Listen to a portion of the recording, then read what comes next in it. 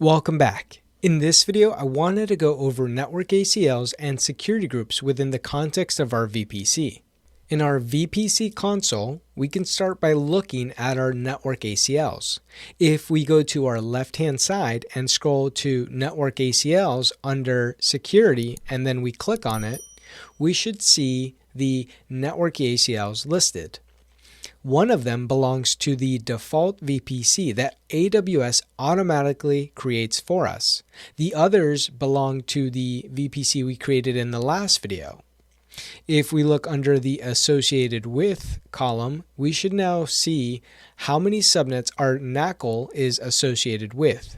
If you remember, we created 4 subnets in that VPC, so this network ACL gets automatically created and associated with those subnets.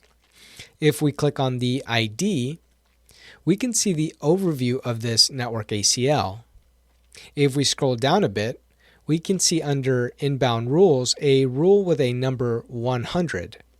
That specific rule will allow all traffic from any source into our associated subnets. Now, if we click on the outbound rules tab, we can see a similar rule that gets associated to our subnets for the traffic leaving the subnets.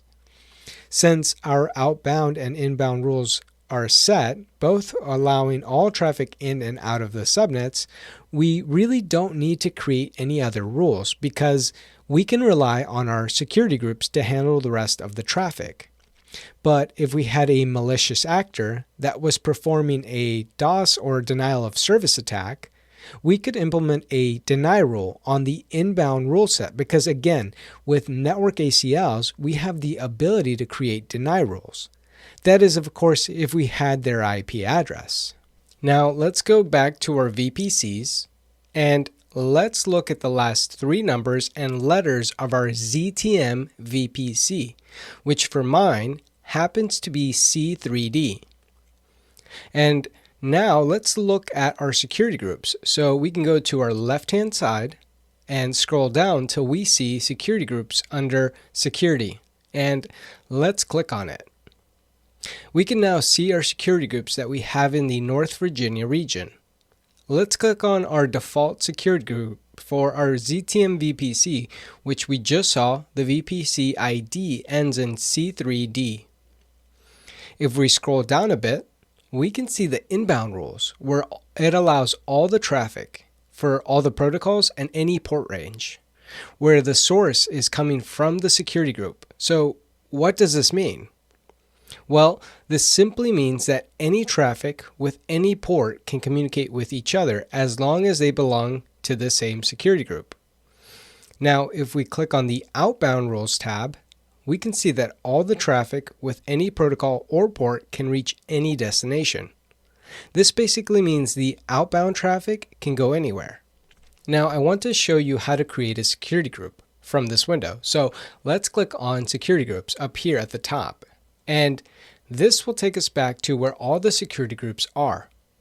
Let's go ahead and click on the Create Security Group button up here at the top. In the new window, I will name my security group ZTM SG.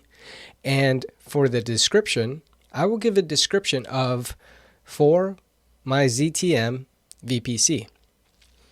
Under the VPC window, I will click on the X to clear out the VPC that is currently defined, and I will select my ZTM VPC from the dropdown. Under the inbound rules, I will click on the Add Rule button. And here we can select our type to be whatever we want. So I will go ahead and select the HTTP rule. And the source, I will specify it as anywhere IPv4. And this will allow any IPv4 address inbound or into our security group. I want to note that we could add a description if we wanted to describe the reason we were doing this, like any other important information that relates to why we created this rule. I will click on the Add Rule again. This time, I will select the RDP rule. And for the source, I want you to notice that we could select the My IP option. The reason I'm showing you this is because this option could better help secure our AWS environment. because it would only allow RDP sessions from the IP address we are currently using to connect. But for this lab, I will just select the Anywhere IPv4 option.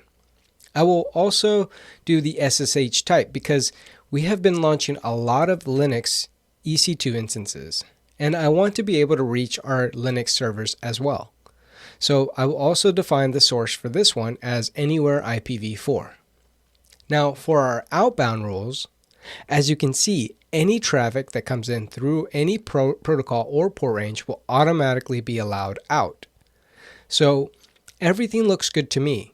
So I will click on Create Security Group. As you can see, our ZTM VPC security group has been created, and we can start launching EC2 instances and associating EC2 instances to this group if we wanted to. I hope in this video you learned more about network ACLs and security groups. I'll see you in the next video.